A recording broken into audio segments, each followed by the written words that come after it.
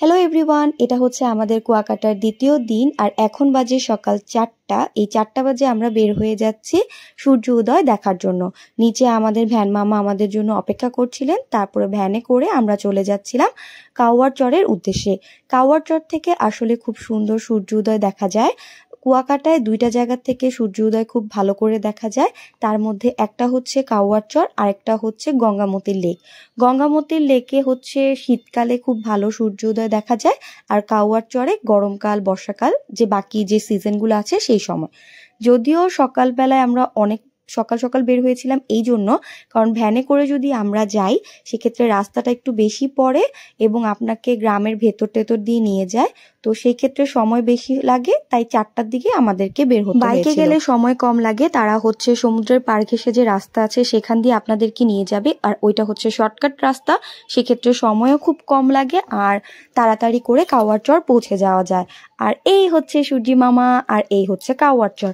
সেদিন আকাশে এত মেঘ ছিল, খুব ভালোভাবে আমরা সূর্য উদয় দেখতে পারিনি, কিন্তু যতটুকুই দেখতে পেরেছি সত্যি কথা বলতে আমাদের কাছে খুবই ভালো লেগেছে। যখন সূর্যি মামা আস্তে আস্তে করে উদয় হচ্ছিল আর চারিপাশটা আলো দিয়ে ভরে যাচ্ছিল, মনে হচ্ছিল সূর্যি মামা আমাদের জীবনে এরকম অল্প অল্প করে আলোকিত করে দিচ্ছিল। এই মুহূর্তটা আসলে বলে বোঝানোর মতন না। আপনাদের সকলেরই একবার করে হলো এই সূর্য উদয়টা দেখা উচিত কাউয়ার চর থেকে। যদিও মেঘের জন্য এত ভালোভাবে দেখতে পারিনি, কিন্তু যতটুকু দেখতে পেরেছি অতটুকুই আমাদের জন্য মনে করি ব্লেসিং। অনেক মানুষকে আমি দেখছিলাম ভালো করে সূর্য উদয় দেখতে না পারায় তারা রাগারাগি করছিল, হতাশাগ্রস্ত হচ্ছিল। আসলে আমরা জীবনে যতটুকু পেয়েছি সেটুকে আসলে প্লাস হিসেবে যুক্ত করা উচিত। কোনো কিছু নিয়ে আসলে হতাশা হওয়ার মতন কিছুই না, কারণ আমরা যেটুকু পাচ্ছি হয়তোবা অনেকে এগুলো স্বপ্ন দেখে বা দেখতেও পারে না। তো যেটুকু পাচ্ছেন সেটুকুর জন্য শুকরিয়া আদায় করা উচিত এবং মূল্যায়ন করা উচিত। এরপরে নেমে যায় বৃষ্টি। বৃষ্টির মধ্যে আমরা হচ্ছে একটা টঙের দোকানে আশ্রয় নেই আর বৃষ্টি কমার অপেক্ষা করছি। বৃষ্টি কমার পরে হচ্ছে আমরা বাইরে বের হয়ে দুইটা ডাব নিই। আমরা যে এই কয়দিনে কতগুলো ডাব খেয়েছি তা বলার বাইরে। ডাবগুলো এত বড় বড় ছিল এবং প্রচন্ড পানি ছিল এবং খুব মিষ্টি ছিল। এই কয়দিনে আমরা অনেক ডাব খেয়েছি। এখানকার ডাবগুলো আপনারা চাইলে ট্রাই করতে পারেন। এখান থেকে ডাব নিয়ে একটু সামনে হেঁটে যেয়ে আমরা হচ্ছে হালকা হালকা বৃষ্টি অনুভব করছিলাম, আর সমুদ্রের পাড়ে এরকম বৃষ্টির মধ্যে ডাব খাওয়ার যে একটা অনুভূতি কি সেটা আপনারা খেলেই বুঝতে পারবেন। আপনারা যদি এরকম যে বৃষ্টি পান অবশ্যই ডাব খাবেন। ডাব খাওয়া শেষ করে আমরা চলে যাই অন্যান্য জায়গা ঘোরাঘুরি করার জন্য। ভ্যান মামারা কিন্তু পুরোপুরি কাউয়ার চর পর্যন্ত যেতে পারে না, আর সেখান থেকে যদি আপনি লাল কাঁকড়া বিচে যেতে চান বাইক বা অন্য কিছুর মাধ্যমে যেতে হবে, অথবা হেঁটে। যেহেতু আমার ছোট বাচ্চা ছিল, হেঁটে যাওয়া সম্ভব না, আর আমরা যেহেতু 3জন বাইকে যাওয়া সম্ভব ছিল না, আমাদের জন্য রিস্ক মনে হচ্ছিল, তাই আমরা সেটাকে স্কিপ করে চলে আসি এই বৌদ্ধ মন্দিরটাতে। আর এই বৌদ্ধ মন্দিরে ঢুকতে আপনাদেরকে প্রবেশ মূল্য দিতে হবে 20 টাকা। এই বৌদ্ধ মন্দিরটা অনেক বড় ছিল, এটার সামনে পেছনে প্রায় অনেক জায়গা ছিল যেটা আপনারা ঘুরে ঘুরে দেখতে পারবেন। আর এই মন্দিরের আশেপাশে অনেক ফুল গাছ ছিল, যেখানেই তাকাবেন দেখবেন শুধু ফুল গাছ আর ফুল গাছ। পুরো ফুল গাছ দিয়ে তারা পুরো বৌদ্ধ মন্দিরটাকে সবুজ বানিয়ে ফেলেছিল। আর এই হচ্ছে বিগ বুদ্ধা, এত বড় একটা বৌদ্ধ মন্দির, মানে আমরা দাঁড়িয়ে থাকার পরেও উপর দিকে তাকিয়ে দেখতে হচ্ছিল, অনেক বড় ছিল বৌদ্ধ ঠাকুরটা। আর এই যে নীল কার্পেটটা দেখতে পাচ্ছেন, এখানে যাওয়া নিষেধ।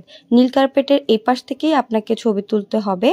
আর এখানে অনেক ছবি লাগানো ছিল, বৌদ্ধদের মানে ছবি ছিল এখানে। এইগুলো পড়লে না আপনারা বৌদ্ধ ধর্ম সম্পর্কে কিছুটা জ্ঞান আর কি লাভ করতে পারবেন। প্রত্যেকটা ছবির নিচে তাদের কাহিনী লেখা ছিল, গল্প লেখা ছিল, সেটা আপনারা চাইলে ঘুরে ঘুরে পড়তে পারেন। যদিও সবগুলো ছবি এখন পর্যন্ত লাগানো হয়নি, প্রায় অর্ধেকটার বেশি ছবি তাদের লাগানো হয়ে গেছে, আর বাকিগুলো তারা এখনো লাগাচ্ছে। মন্দিরটা অনেক বড় ছিল আর অনেক সুন্দরও ছিল। এরপর আমরা চলে যাই মিষ্টি পানি কুয়ায়। এটা হচ্ছে প্রথম কুয়াকাটার মধ্যে যেটা রাখাইনরা তৈরি করেছিল, আর এখান থেকেই কুয়াকাটার নাম হয়েছে কুয়াকাটা। এটা একমাত্র মিষ্টি পানির কুয়া ছিল সেই সময়কার। রাখাইনরা হচ্ছে সমুদ্রের নোনা পানির থেকে বাঁচার জন্য এই কুয়াটা বানিয়েছিল মিষ্টি পানির জন্য। আর এখানে সকলেই আসছিল দেখার জন্য, আর কুয়াটার ভেতরের গভীরতা অনেক বেশি, আপনারা গেলেই দেখতে পারবেন।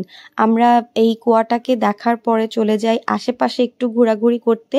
এটার আশেপাশে প্রায় অনেক জায়গা আছে এবং এখানে হচ্ছে রাখাইনদেরই হচ্ছে কিছু ছেলে মেয়ে ফ্রিতে পড়াশোনা করে, আর তাদের জন্য আপনারা চাইলে ডোনেট করতে পারবেন, সেই ব্যবস্থাও আছে। তারপর এই তো আমরা আশেপাশে একটু ঘোরাঘুরি করে দেখছিলাম। এই যে আমার মেয়ে না আসলে এই জায়গাটাতে যে খুব খুশি হয়েছে, কারণ চারিপাশে এত গাছ ছিল, এত ফুল ছিল, এগুলো না বাচ্চাদেরকে খুব টানে।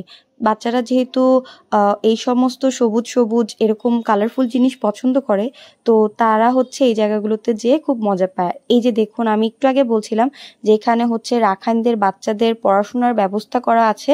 এখানে অনেক রাখাইনের বাচ্চারা পড়াশোনা করছিল। এরপর আমরা চলে যাই রাখাইন মার্কেটে। এটা হচ্ছে রাখাইনদের মার্কেট। এখানে আপনার রাখাইনদের হাতের তৈরি জামা কাপড় থেকে শুরু করে অনেক কিছু পাবেন, যেটা আমরা ঘুরে ঘুরে দেখছিলাম। আর এখান থেকে আমরা অনেক ধরনের আচার এবং চকলেট কেনাকাটা করেছি। এই দোকানটার থেকে হচ্ছে আমরা আমাদের সকল আচার এবং চকলেট কেনাকাটা করেছি।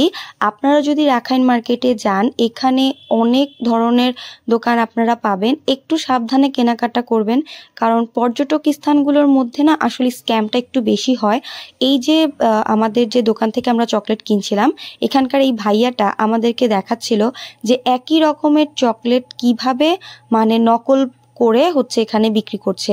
তো তার কাছে নকলটাও ছিল এবং আসলটাও ছিল। তিনি নকলটা এই জন্য রেখেছে যেন আমাদেরকে তিনি বোঝাতে পারেন যে এটা নকল এবং এটা আসল। তার কাছে যে প্রোডাক্টগুলো আমরা পেয়েছি, আমরা খুব ভালো ভালো প্রোডাক্টই পেয়েছি। আনার পরে আমরা দেখেছি, খেয়ে খুবই মজা।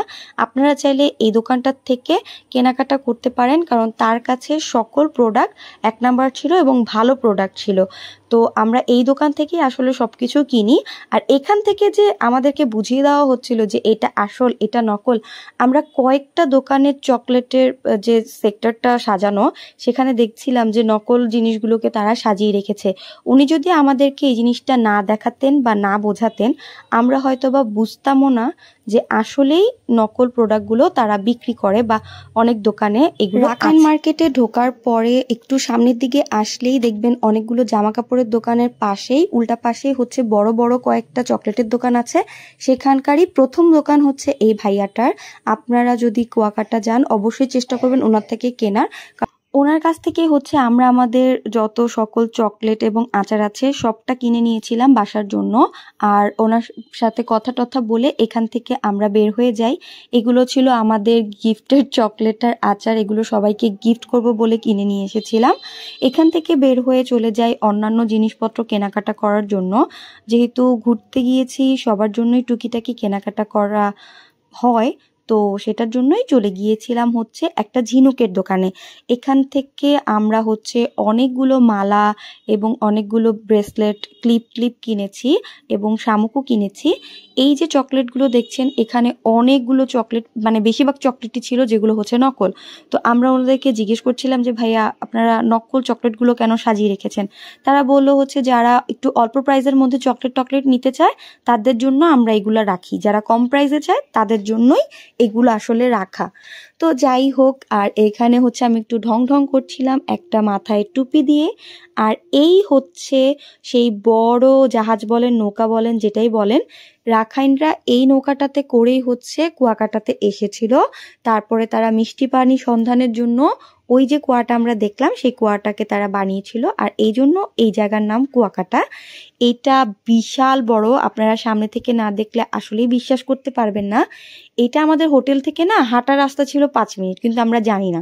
নতুন জায়গায় গেলে আসলে যেটা হয় যে কোনো কিছু সামনে থাকলেও এটা জানার কোনো উপায় থাকে না।